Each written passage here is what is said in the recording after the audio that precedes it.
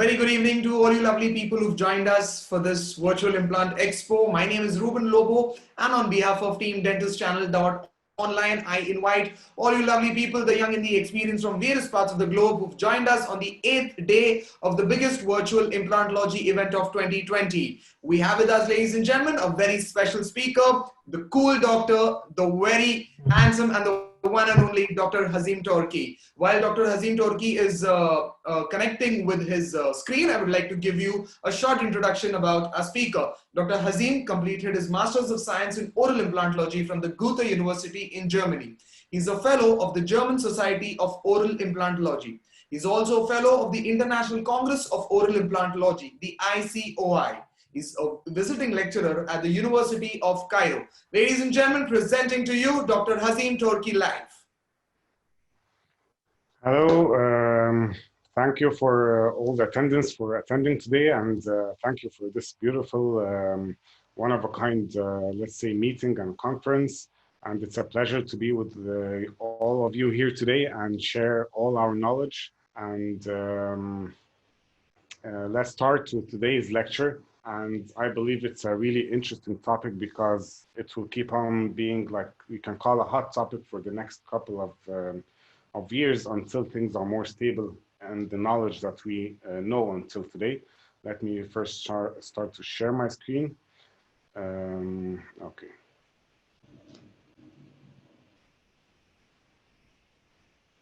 Okay.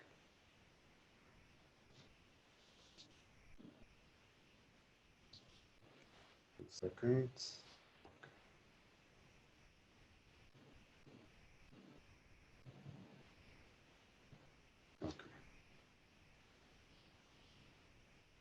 Okay, so today's topic, we're going to talk about the implant abutment design. And one of the points that us as clinicians, we need to understand and to plan before any treatment that we start is to what implant system we should use, what implant design we should use. And we should not ask about the name of the system, rather we should ask or understand the design of the implant. And to be more specific, to talk about our topic today, the type or the design of the connection between the implant body and the implant or the prosthetic abutment. Because this is where all the load is transferred from the function to the implant itself or the bone, as some systems, according to its design, can transform or transfer the load to the bone rather than the implant connection itself, and therefore decrease the load that is being applied to the implant body or the mechanical components, and therefore provide a more long-term prognosis for it. And as we can start, we know today we have many implant designs in the market today, starting from different types of connections,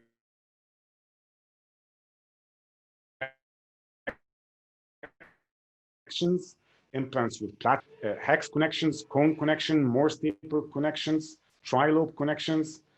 And going down in the implant design itself, we have implants with aggressive threads, shallow threads, buttress threads, and we have all types of variations. So if we don't know what we need for a certain case and what we need for success and survival, and as we can see, they're a bit different, we won't be able to make the right decision. I want to first talk shortly about two points that we should understand and differentiate. First of all, success. What is success? Success is the accomplishment of one's goal. So in order for us to reach success, we need to understand and know what results or what factors that will result in a success, and how can we call a treatment to be successful. First of all, the tissue physiology. Are we achieving the environment that is optimum for biological width formation, for long-term stability of the peri-implant tissue? The patient satisfaction. Is the patient satisfied in terms of aesthetics and in terms of function? And are we providing the patient with the suitable function that in order for them to be able to eat properly again and function normally as if they did not have or they did not lose any teeth. And the last point, self-satisfaction, which unfortunately a lot of times this factor affects your treatment plan in order to achieve your self-satisfaction for a certain case. And this factor, it should be totally left out of the equation. You should focus on patient satisfaction and then you see if you're satisfied with a case or not. Because sometimes I want to go for a case in an aggressive manner and in a treatment plan that was more aggressive for the patients. And therefore, we should understand that this maybe is not the best plan for the patients. Therefore, we should look for another treatment plan. We have two examples. The example on the left side, can we call it a success? To myself and my satisfaction and the patient's satisfaction, it was a success. On the right side, we have an implant or a restoration. It wasn't a success, but it was surviving. And this takes us to the point that the implant abutment connection has a very big role on helping you to achieve success. You may have an implant after 5 years of function with 6 millimeters of crestal bone loss and recession, but is still osseointegrated. Can we call this case as a successful case? Of course not, but it's a surviving case. The implant is osseointegrated. And we know today the failure rates that we have are in the range of 95 and 98%. But is this, the survivor rate has a factor, or is it important as the success rate? Of course not, because a surviving implant, as we said, doesn't mean that it's successful. And when we talk about success, it starts from the extraction phase. You have to respect biology going up to the placement, the loading, and the final restoration. And I always see the design of the implant is exactly similar to a picture like this. You see the Arsenal team members, Dennis Bergkamp and Henry, they're amazed how a cell phone can take pictures. They're happy with that technology. But if we look at this technology today, it's almost useless because the quality of the pictures that it can take and the function that it can give you is not up to today's standards. The same exact thing is with the success criteria that was published by Albertson and others in the late 80s, in 86 and the early 90s.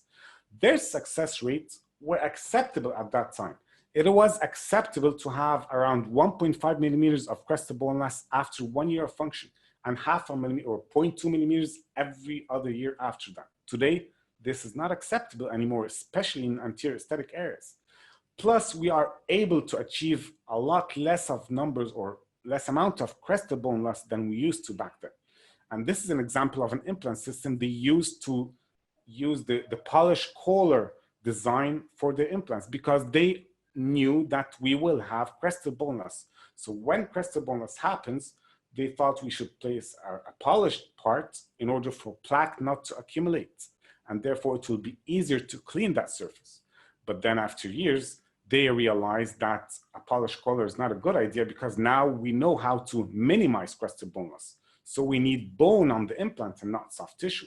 And we can preserve that. And today we are able to do that. And many systems, instead of having a rough surface, they have micro threads. So in order for you to understand the implant abutment connection, you need to have a periodontal background, a prosthetic background, and a surgical background. From a periodontal background, how thick should the tissue be? And is that tissue, the nature of the tissue, is it appropriate or not? From a prosthetic background, the type of the abutment material and the type of connection. From a surgical background, how deep should I place my implants? How can I achieve an emergence profile and a peri-implant environmental tissue that is optimum for long-term success? And in order for me to be able to do this, I have to decide during the surgical phase, should I place my implant 1 millimeter below bone level or crestal level, which is 1 millimeter subcrestal, 2 millimeters, 3 millimeters. Some clinicians sometimes, and a lot of students, they come and tell me, is it okay to place an implant 4 millimeters subcrestal? Yes, it is okay, but with certain designs. What implant design that will allow me to place an implant subcrestal? Or what implant design that would allow me to place it supracrestal? Sometimes I can place an implant in a supracrestal position. Now, to understand why implants display marginal bone loss, we need to understand osseointegration. Unfortunately, we tend to take this definition or this factor of osseointegration as an old school definition, or we don't need to understand it anymore. We know enough about osseointegration. And if we look at literature, it's in constant change. The definition of osseointegration is changing. And the way we understand osseointegration and how much you understand it will help you to preserve crestal bone loss as much, or crestal bone levels as much as possible.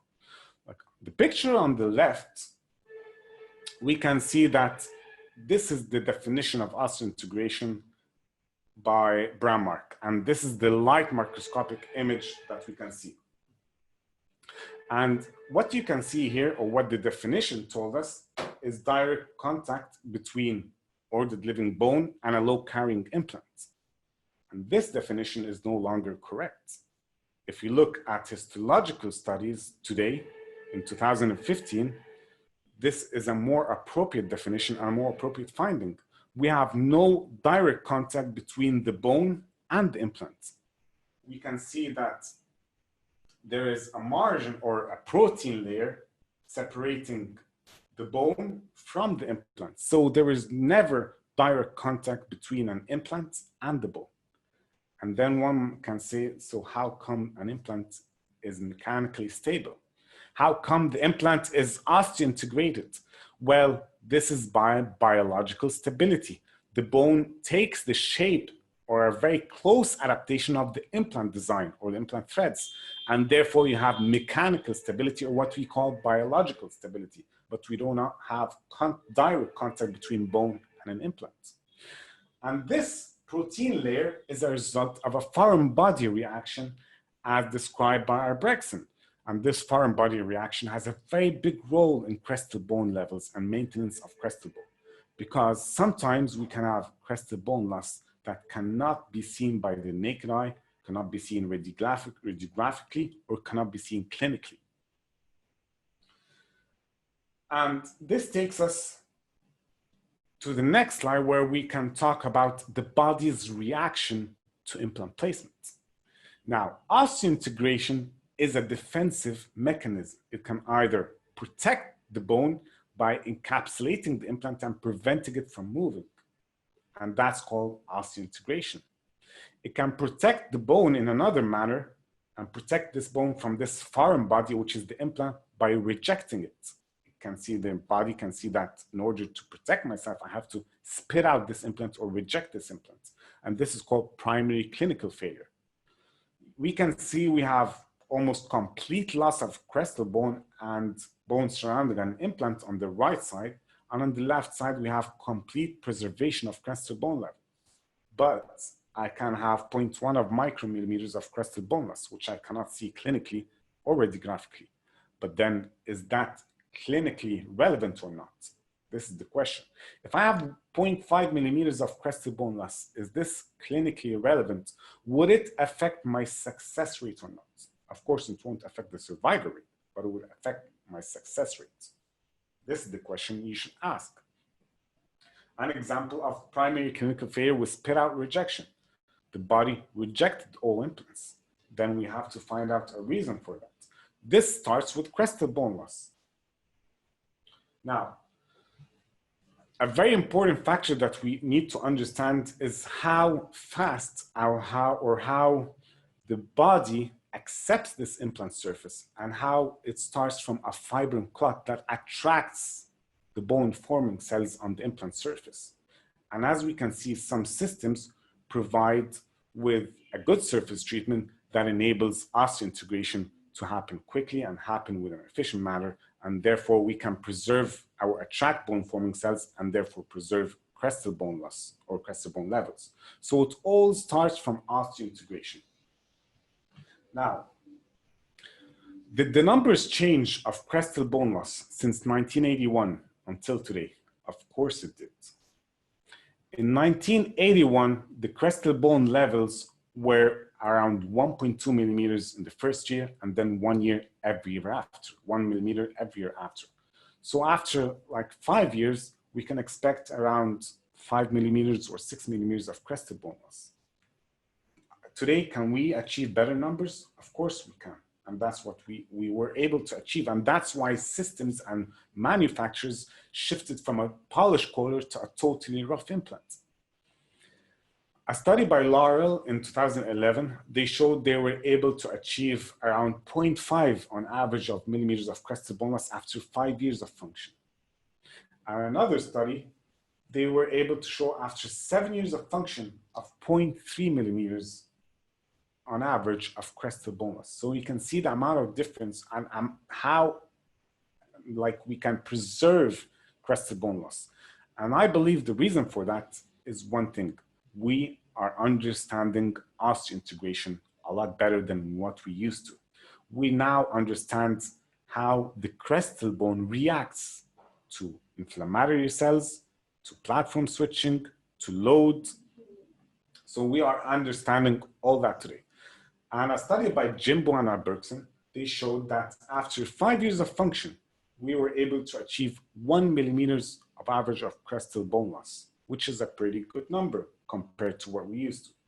And after 10 years of function, and that is in 2015, today we are able to even achieve better numbers than that. 1 to 2 millimeters of crestal bone loss after 10 years of function. Now, we need to understand another point in order for us to be able to preserve crestal bone loss better and to be able to understand the function or the importance of implant abutment connection.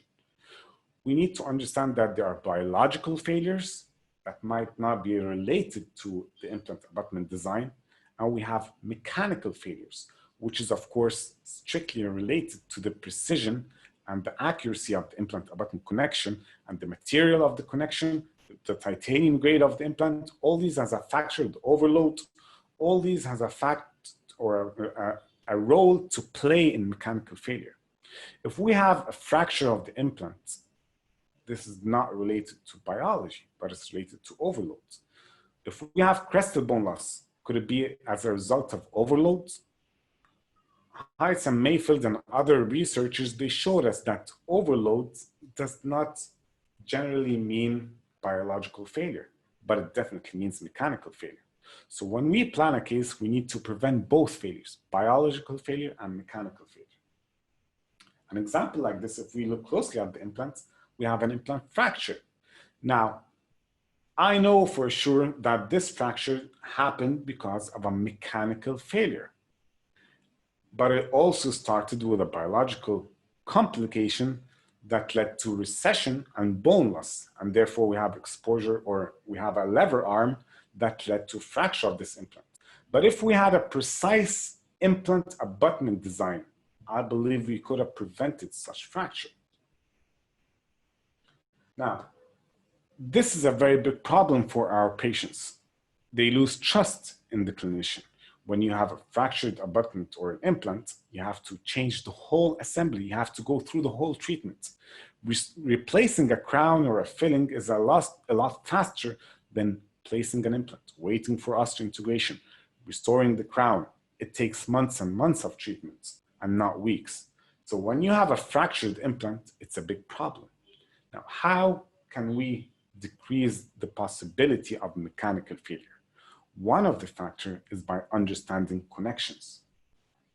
Now, we know we have the hex connection or the butt connection, and we have the Morse taper or the cone connection. And unfortunately, a lot of us and a lot of studies, they get mixed up with both names. A Morse connection is something, just like a hex connection is not the same as a cone connection. Morse connection is not the same as the cone connection.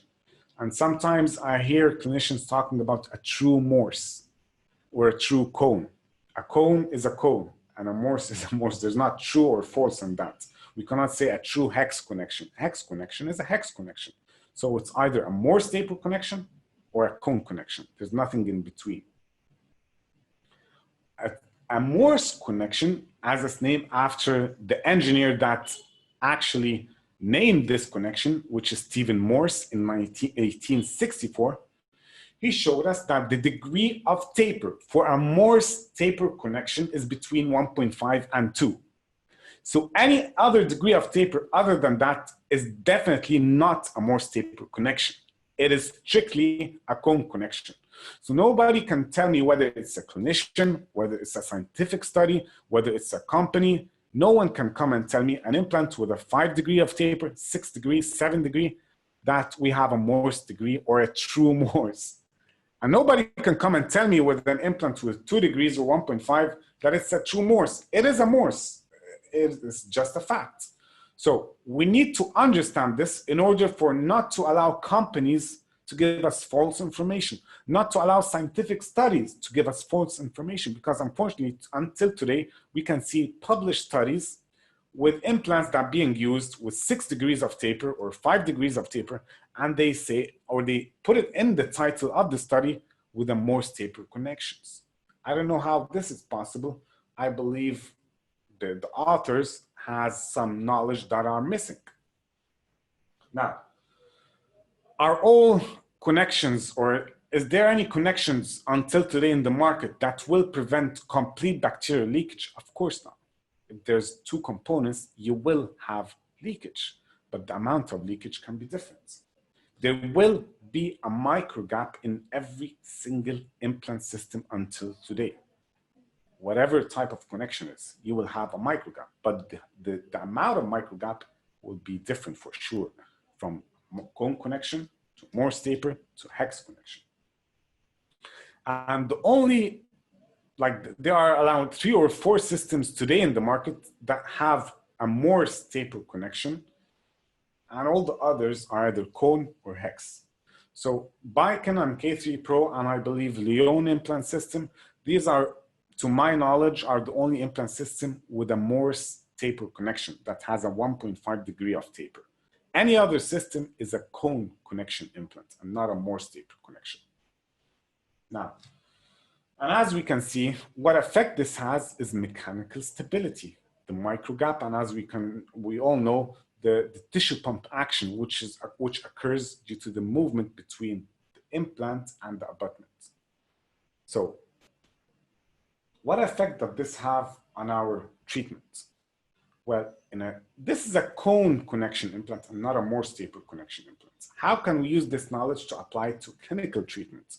And as you can see, this is a 3 years of follow-up with a cantilever, with overload, and we can see no crestal bone loss. And we still have a surviving and a successful restoration. Now, how did this happen? We remember, and I remember when I started to read about implants and I started to study oral implantology, one of the main resources that we had there and studies were by Carmish and his contemporary implant prosthodontics book, which I believe we should always refer to until today, although some of the theories have changed, is to prevent cantilevers as much as possible, and sometimes it's contraindicated in implant treatment. But now we know how to achieve mechanical stability and minimize mechanical failures. A lot of studies have showed us that screw loosening, for example, is more common in hex connections than Morse taper connections. Now, another example, a deep implant that is placed around 4 or 5 millimeters subcrestal. After 2 years of follow-up, we have stable crestal bone levels. Now, in order for us to be able to achieve this, we need to select implant design that is suitable for that. And this is the role that you should play as a clinician and as a scientist. Now, Kozlowski showed a very beautiful study that showed us that overload has no effect on biological failure. It will not lead to crestal bone loss, but you don't take this for granted.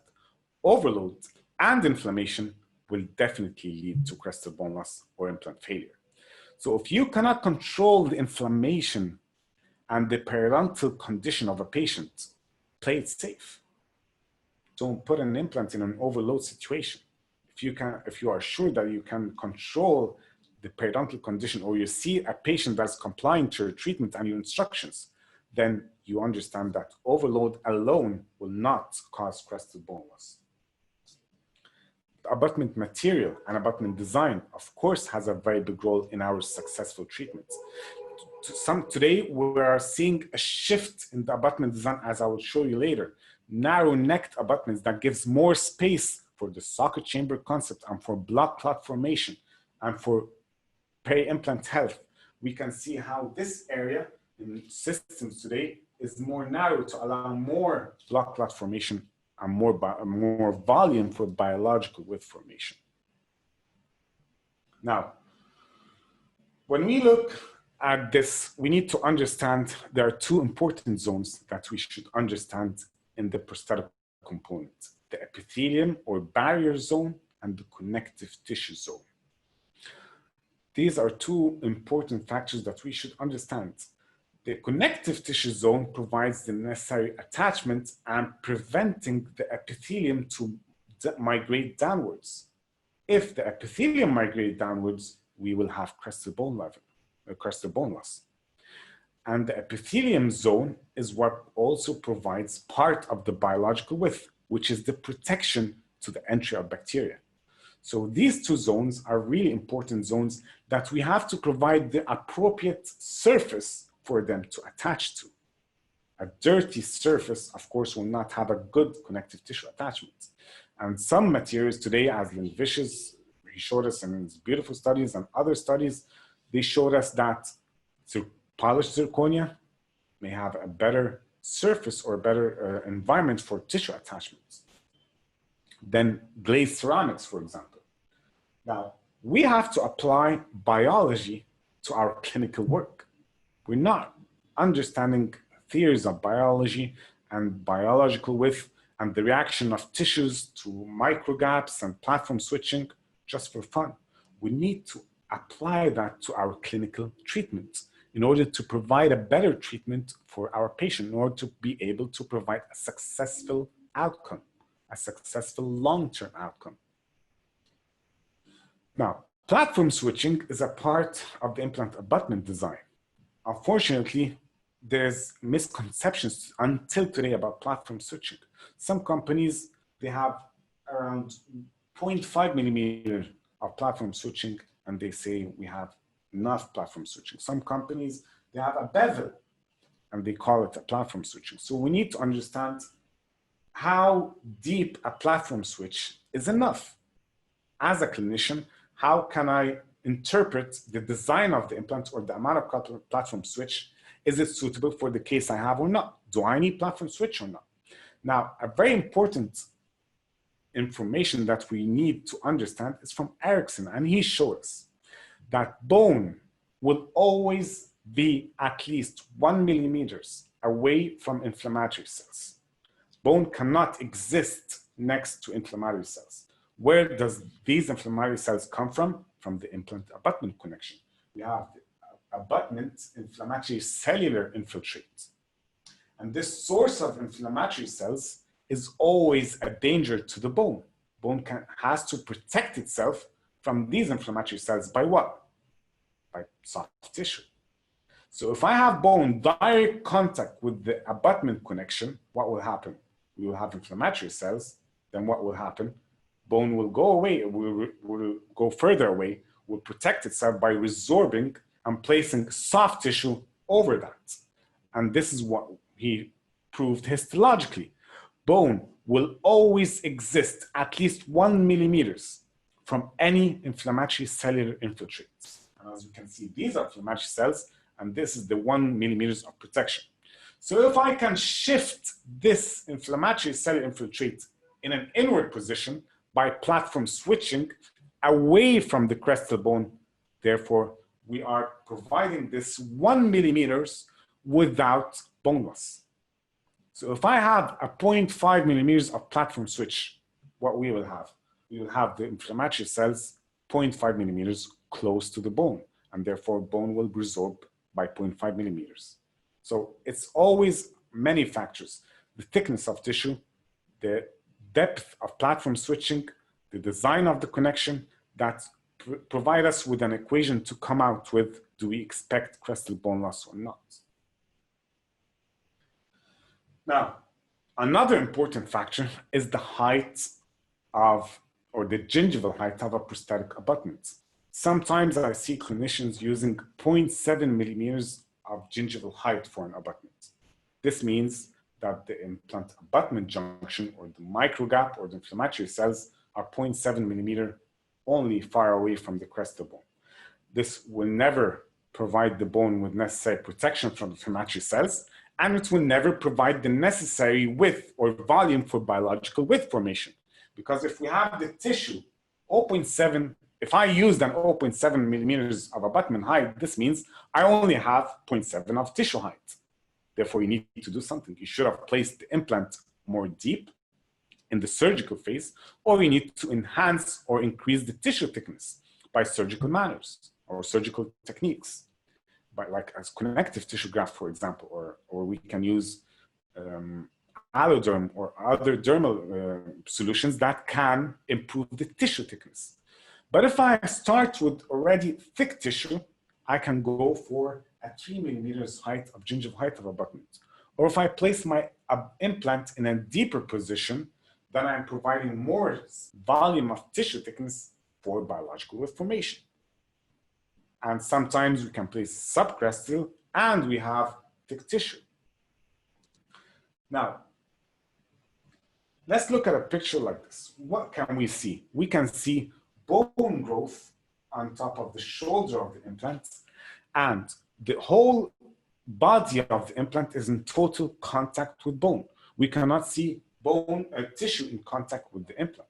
From the shoulder of the implant to the apex of the implant is completely surrounded by bone. This is what we want to achieve. We want to have supracrestal biological width formation, and that means that the tissue is completely attached to the abutment surface and not the implant. There shouldn't be any tissue on the implant, or else we have crestal bone loss, and that's what we want to prevent. Now, another example is this one. We can see the complete formation of tissue on the abutment surface and not on the implant's body. This is our goal. And all these are histological cross sections or histological studies that showed us we are able to achieve this today. Now, another important factor that I believe will be even more common, and we can see many studies, and the most recent by the board group, by Javier Rodriguez and Javier Vela, they showed us the concept of having narrow-necked abutments and the importance of that. And we can mix these studies with the Gady studies that talked about the socket chamber effect, how both of these factors are important. For example, placing our implant more palatal gives more space for the buccal plate formation. This is part of the socket chamber concept, and especially important in immediate loading and immediate placement. If I had this abutment that wide, and I'm not in this way, I have a wide diameter abutment, wide neck, not the platform where the crown is placed on, but the neck of the abutment. If it was wide, it would take place where the blood clot should have been there. It would take where the soft tissue should have been there. So not only platform switching is important, but also the design of the abutment neck. And as we can see in this implant design, for example, we have a narrow abutment neck that is allowing space or more space and extra space. Although I'm using a normal implant diameter, like a 4 millimeter or 4.5, we can have with a narrow abutment more space for biological formation, more space for blood clot formation, and therefore more space for bone to grow over the implant shoulder. And this will even aid in supracrestal biological width formation. And we can only achieve this through a narrow necked abutment. And this is something that we should start to look for in our implant design or implant system. And I believe systems, as they shifted, most systems in the market shifted from hex connection to a cone connection to a more staple, they will start to shift their design to a narrow necked abutment. Now, and this is what I mean, we're providing more space in, if this abutment material that went in a diverging manner, we are providing less space for biological width formation. So it's always important to have a narrow abutment neck. Now, And as you can see here, this is a very clear presentation of that. A socket, immediate placement. You can see this black space is where blood clot will form, where bone will form and tissue will form on top of that. If I had the abutment again going along with the finish line, I'm using up this space by titanium and not soft tissue or bone. This is not our goal to fill up with titanium.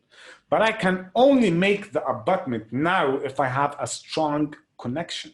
I cannot make it narrow in a hex connection, for example, because in a hex connection, you need a certain minimal thickness of abutment neck diameter, or else it will fracture. So for a more stable connection, which is better in terms of mechanical engineering, we are able to provide narrow necked abutments. Now, soft tissue thickness, as I said, plays an important role. And what important role it plays is providing you with the answer of how deep I should place my implants. If you don't look at the tissue on an implant side that you're gonna place, how would you decide how deep should I place my implant? How would you decide should I place my implant in a supracrestal or subcrestal position or a crestal position? We have bone level implants, we have supracrestal level implants, and we have subcrestal implants that can place or are able to be placed subcrestal. So if I don't know the tissue thickness that I start with, then for sure you won't be able to achieve a successful treatment unless it's by luck. You're lucky in 1, 2, 3 cases, but you won't have persistent and a long-term successful prognosis in most of your cases. That's why we need to measure the tissue thickness.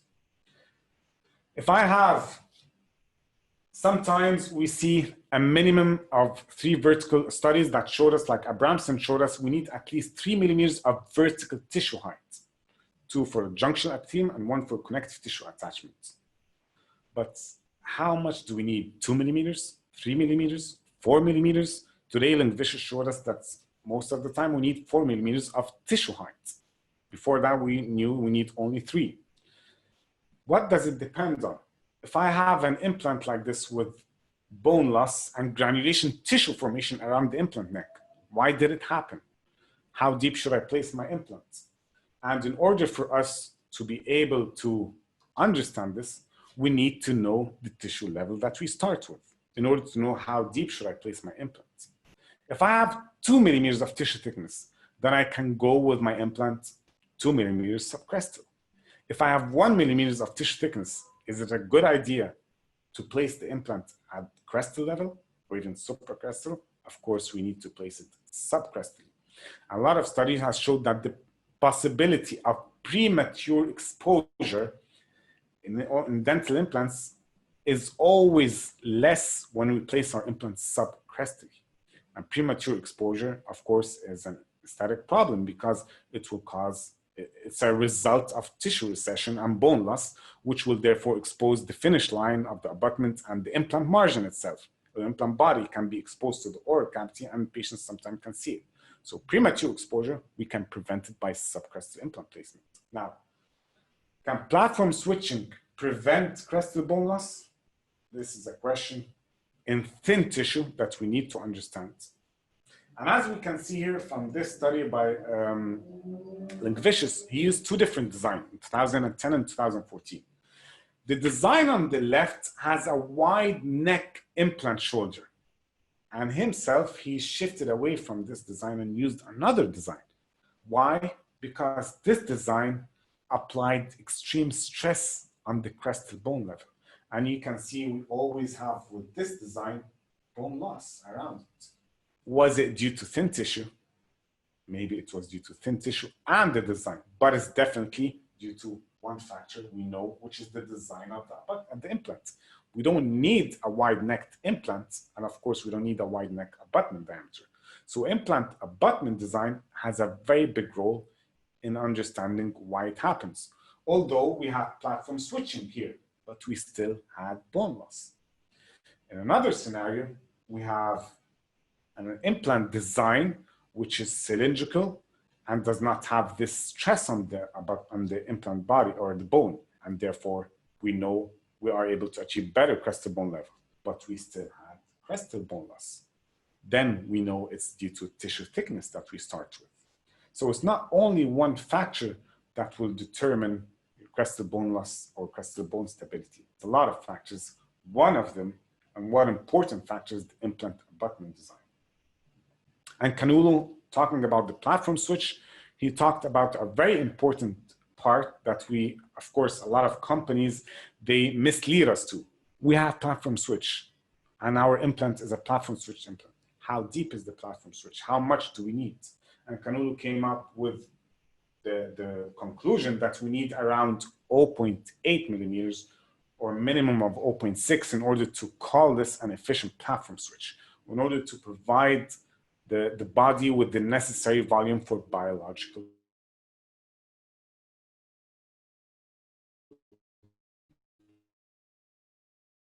width formation. I interpret from it that I place the implant in a subcrestal position, I'm gaining around 2 millimeters of extra volume for biological width and soft tissue formation over the already available tissue thickness. So I now have around 4 millimeters of volume for biological width formation. And this is what we want to achieve, 3 to 4 millimeters, according to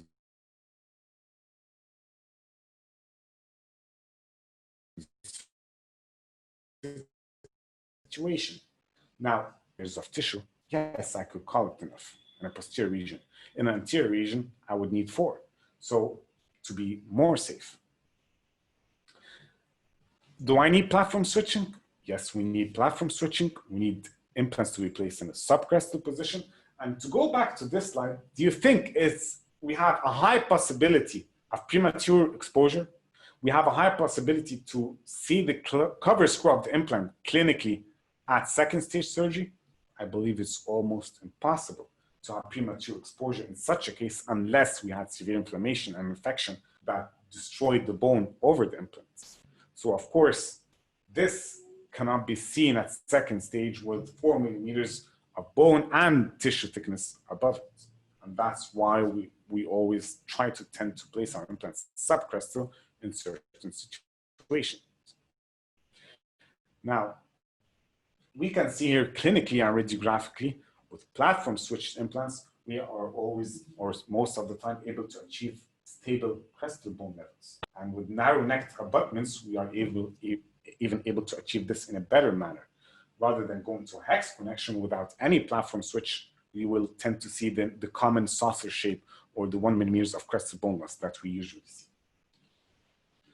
Now, in order for us to be able to come up with a clinical conclusion that we can apply to our daily work and to be able to decide what implant system should we choose. Am I choosing the right system or not? First of all, we need to understand that we need at least 3 millimeters of vertical tissue height. And how can we find this out? Measure it with a periodontal probe before implant placement. You need to measure it in order to decide how deep you should place your implant. So when someone comes and tells me, how deep should I place my implant? I don't know. You should know. You should decide that. You should measure your tissue thickness because it is one of the factors that would help you decide how deep your implant should be. There's no rule for that. You are the rule for that. You should measure the tissue thickness that you start with and give an answer for yourself. You cannot come and ask me. There's no rule for that. But we know we need at least 4 millimeters, 3 or 4 millimeters of tissue thickness in order to start with. If I have 2 millimeters to start with, I know for sure I need to place my implant at least 2 millimeters subcrestal. If I have 1 millimeter, then I can decide, should I place it very deep or should I thicken the tissue? Another thing that we should look at is the implant design. We should always, or today, until our knowledge for today, tend to go to platform switched implants, rough shouldered implants, and narrow necked abutments.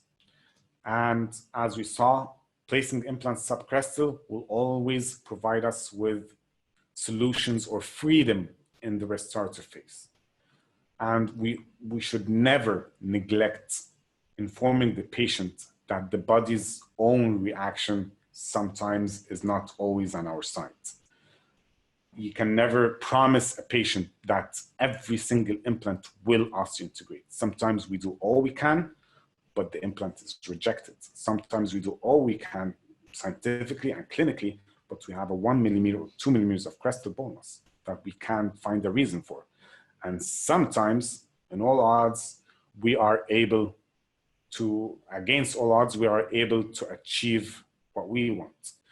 And the purpose of this lecture is to come up with a clinical conclusion that we get from a biological or biological theories that you can apply to your daily practice. Don't choose an implant system by the manufacturer or how known the system is. Choose it by your biological understanding and choose it by your mechanical understanding to implants, because we are not dealing with only with, we're not carpenters, we are clinicians and scientists. So we always have to make a careful selection of your implant system in order to come up with a successful treatment. We always want not surviving implants, but successful implants. And I want to thank you all for attending today. And I hope it was beneficial for everyone. And if there's any questions, I'm happy to answer them.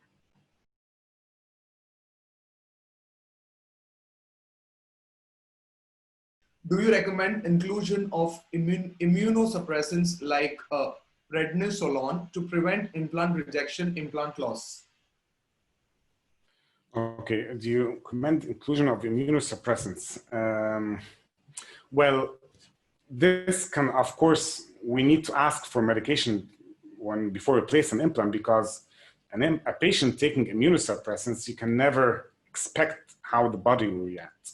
So of course, we should never go this as a protocol, because on the other hand, if a patient is taking immunosuppressants, then maybe we should alter our treatment and go maybe further away from the implant treatment, because you're altering the defense mechanism of the body. So we don't know how it reacts. We already don't know how it reacts. So imagine we are changing it even further to maybe reject the implant even more possibly. So I believe we always tend to stay away from anything, because it's a balance.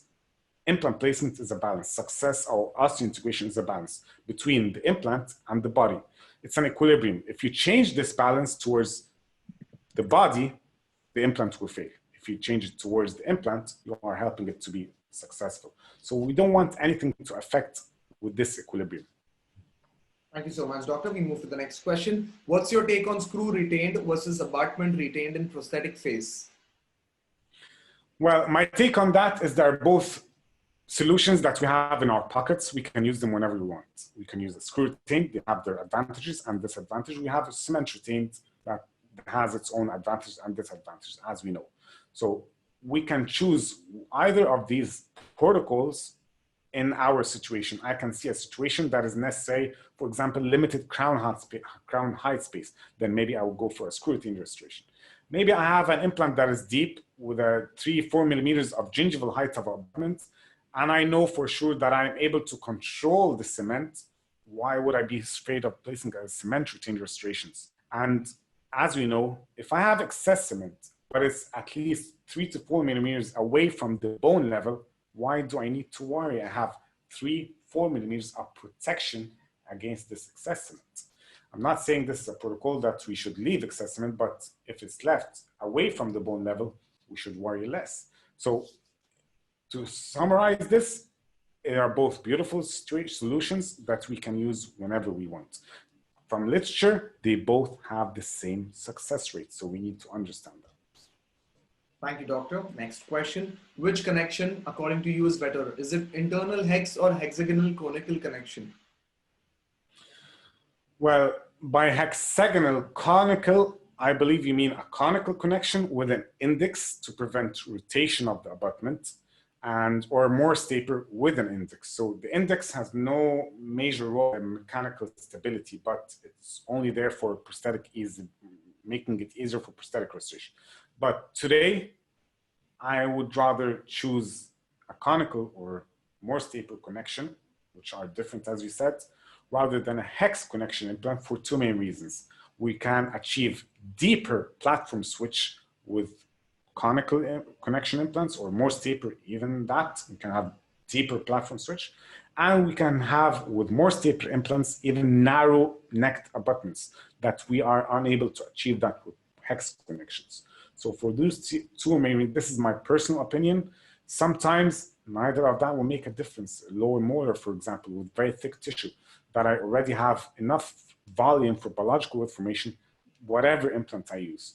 So it's on you to choose the perfect implant system for your scenario or for your patient and for every single patient.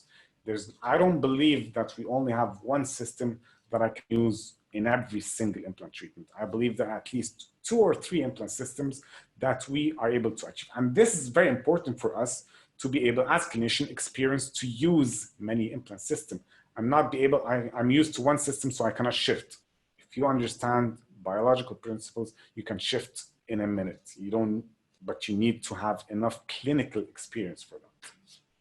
Thank you so much. Next question. Which implant system has incorporated platform switching, or can we choose accordingly that choosing a wide implant and narrow abutment?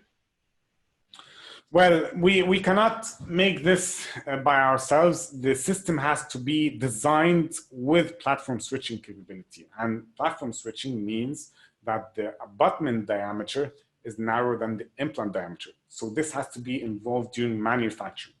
If you want to place, sometimes before we can place different abutments from a different system to an implant, it's not going to give you what we need. So the system has to provide, while manufacturing and their designing stage, to provide a deep platform switch. So you have to choose a system that has platform switch starting from the healing abutment to the final restoration or final abutment. Thank you, doctor. Next question. What is your response to doctors who propose high apical bone ISQ, neglecting the soft tissue anatomy in regards to clinical success? Well, the high ISQ reading actually at the start are just for a baseline number that you have, that you compare with after we have achieved biological stability. Or to know if we have achieved biological stability or not, we compare these two numbers at the start of placement and at the restorative phase. But if we are neglecting the soft tissue anatomy in regards to clinical success, then definitely you are achieving success by luck. Because success, in order to achieve it, as we said, one of the main points is soft tissue thickness and soft tissue anatomy. So I believe we don't only look at stability. Actually, we don't need primary stability for implant success. And this shown by many studies that with zero contact with bone, and they osteointegrate because biology works, and it will protect the implant by forming bone to protect this implant, prevent it from moving.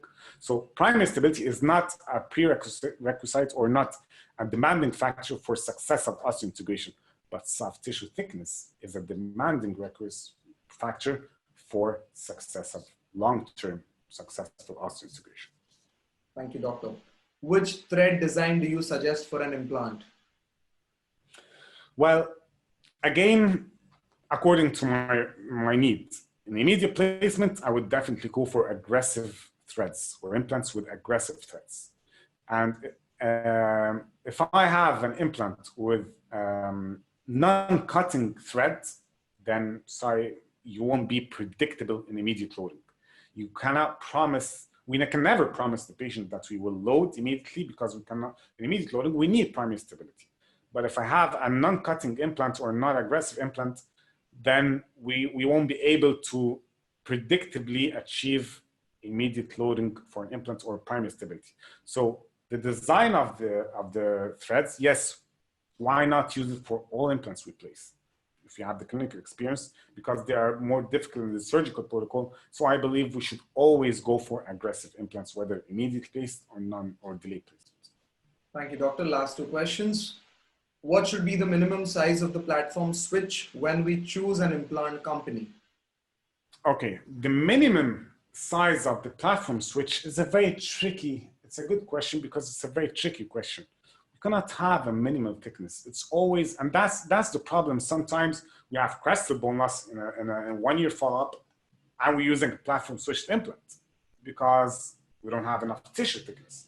or the precision of the attachment or the connection is not that good. So, or the abutment diameter neck is very wide. So it's like a network of information. You have to make sure you have all of them. You have the narrow necked abutment, you have platform switch that is deep enough in relation to the tissue you have.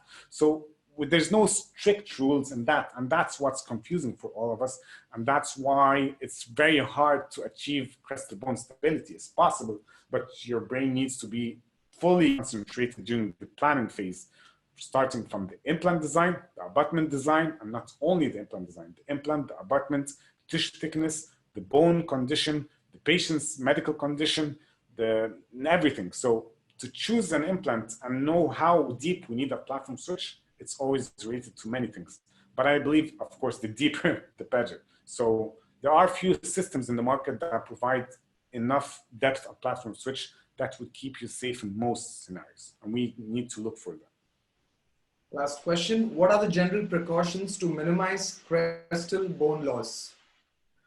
Well, maybe there are at least 12 factors. So I'm going to say the one or two that are most important is we understand today, the abutment anatomy, which is very important.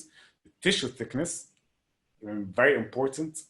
The precision of the connection, and understanding the whole situation, or the whole, having a mind concept that it's not one factor that's affecting your final outcome or helping you preserve crested bone level. It's, we can call 10 factors or more maybe that are always connected to each other. So we need to have enough biological principles that would help you come up with an answer. What are the factors that are important? So we can talk about microgap, whether it's there or not. So the type of connection, the platform switching, the design of the implant shoulder, whether wide or cylindrical, which also have an effect on crested bone loss. Heat generation, of course, has a big effect during the surgical phase. So first of all, you need to make it in two parts: surgical phase and prosthetic phase. Surgical phase, you have the heat generation, the crestal placement, your level of the implant, how deep it is, the tissue thickness, and the restorative phase, you have the connection, precision of the connection, the abutment diameter, platform switching, overload, and inflammation together. So all these are factors that affect or can affect the crested bone stability. And of course, the materials that we're using, abutment material and the implant material, titanium grade.